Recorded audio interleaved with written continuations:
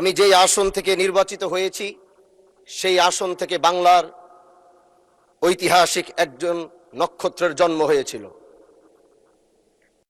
যিনার জন্ম না হলে 1947 সাল হতো কিনা তাদের আন্দোলন না থাকলে জানি না। কারণ তিনারা নিজের জীবনকে বাজি রেখে ব্রিটিশ বিরোধী আন্দোলন করেছেন এবং আল্লাহ পাকের কাছে অশেষ জানাই যে সেই ব্রিটিশ বিরোধী আন্দোলনের অন্যতম একজন নেতা হাজী শরিয়তুল্লাহ রহমতুল্লাহ আলাইহির সেই বংশের সন্তান হিসাবে আল্লাহ আমাকেও কবুল করেছেন। মাননীয় স্পিকার, হাজী শরিয়তুল্লাহর কথা যদি বলতে হয়, তিনি যেভাবে এই দেশকে অন্যায় অবিচার মুক্ত করার জন্য, এদেশের মানুষ ছিল নির্যাতিত, এদেশের কৃষকরা ছিল নির্যাতিত, এদেশের মুসলমানরা ছিল নির্যাতিত। একদিকে ব্রিটিশ মুসলমানদের উপর অত্যাচার করছিল, আরেক দিক থেকে হিন্দু জমিদাররা তারা মুসলমানদের উপরে একচেটিয়া অন্যায় অবিচার স্ট্রিম রুলার চালিয়ে যাচ্ছিল। তখনই এই বাংলার বুকে হাজী শরিয়তুল্লাহর আগমন হয় এবং তিনি ইনসাফ প্রতিষ্ঠার যে সংগ্রাম শুরু করেছিলেন, সেই সংগ্রামের মধ্য দিয়ে আসে 1947 সাল এবং সেই 1947 সাল পাওয়ার কারণেই আমরা 1971 সাল পেয়েছি। হাজী শরিয়তুল্লাহরা যদি 1947 না এনে দিত তাহলে আমরা 1971 সাল পেতাম না। মাননীয় স্পিকার, আজ দাঁড়িয়েছি শুধু শিবচরের কথা বলার জন্য নয়। আমরা একটি বিশাল কমিউনিটি থেকে বিলং করি। আমরা দেশ ও জাতির কণ্ঠ হয়ে কথা বলার জন্য জাতীয় সংসদে এসে দাঁড়িয়েছি। আমাদের সংসদের ওই পাশে যারা রয়েছেন তারা শুধু মনে করেন যে আমরা শুধু তাদের বিরোধিতার জন্য দাঁড়িয়েছি। বিরোধী দল মানে শুধু বিরোধিতা করা নয়, সরকারি দল যদি ভালো কাজ করবে, বিরোধী দলের মঞ্চে দাঁড়িয়েও তাদের প্রশংসা করতে আমরা বিন্দু পরিমাণ দ্বিধা করব না।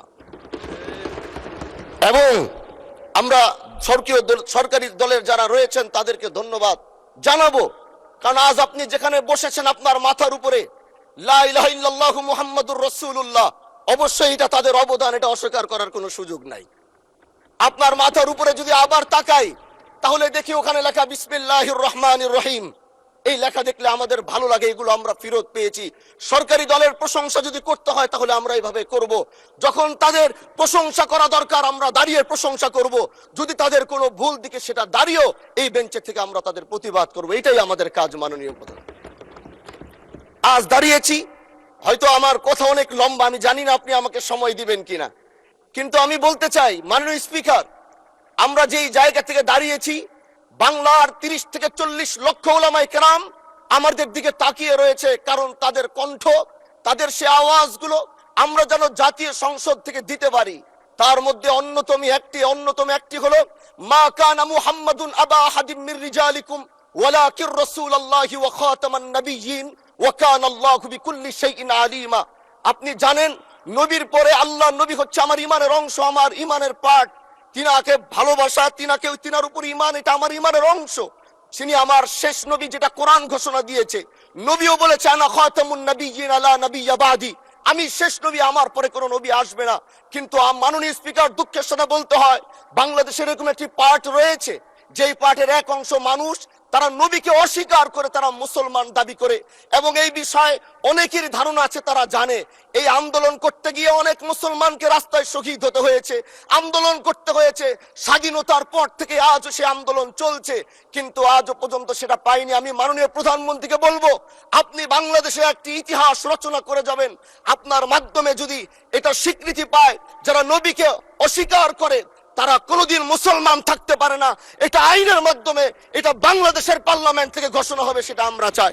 মাননীয় স্পিকার, আরেকটি কথা, আপনি জানেন আমরা আমাদের নবীকে সবচেয়ে বেশি ভালোবাসি, যিনি আখিরি নবী, যাকে বলা হয়েছে ওয়ামা আরসালনাকা ইল্লা রাহমাতাল লিল আলামিন।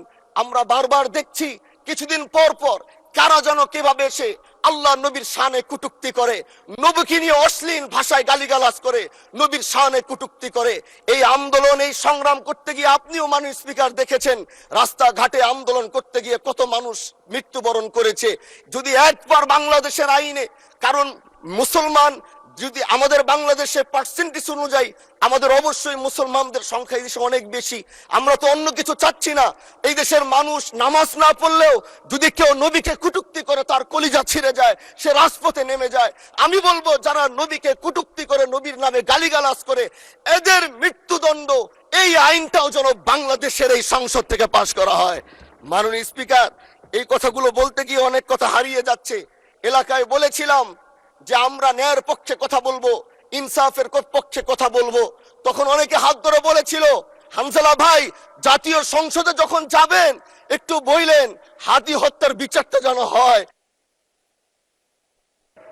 জি, 2 মিনিট বাড়ানো হলো, আরো বলেন। আজকে যে সন্তানটা ন্যায়ের পক্ষে কথা বলেছিল, ইনসাফের আওয়াজ দিয়েছিল, আমাদের মতোই যুবক মাননীয় স্পিকার, তিনি এই যে স্বপ্ন বুনেছিল এক সুন্দর বাংলাদেশ করবার, রাস্তার ভিতরে সেই স্বপ্ন থামিয়ে দেওয়া হয়েছে। এই বিচার যদি না হয় তাহলে আমাদের মতো হামজালাদের নিরাপত্তাও রাস্তায় কেউ দিতে পারবে না মাননীয় স্পিকার। এজন্য আপনার মাধ্যমে আমি বলতে চাই, হাদি হত্যার বিচার যেন সুনিশ্চিত করা হয় মাননীয় স্বরাষ্ট্রমন্ত্রীর মাধ্যমে।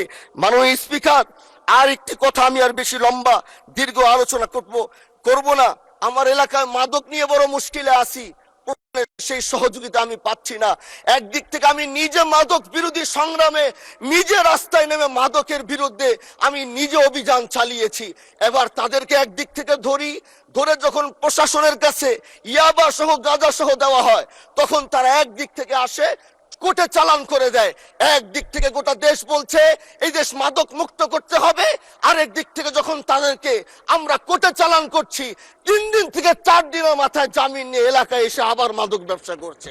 এই জন্য মাননীয় আইনমন্ত্রীকে বলবো, আপনি এই ইয়াবা গাঁজা যেই বড় বড় নেশাগুলো আমাদের দেশে বেশি সচরাচর চলছে, এই বিষয়ে আইনটাকে আরেকটু মজবুত যদি করবেন, তাহলে আমরা মনে করব আমরা এই দেশ আর এই সমাজটাকে আমরা হয়তো আগামীর বাংলাদেশ, আগামীর যারা যুবক, মাননীয় স্পিকার আপনার খারাপ লাগবে, যুবকগুলো গ্রামের তারা ধ্বংস হয়ে যাচ্ছে।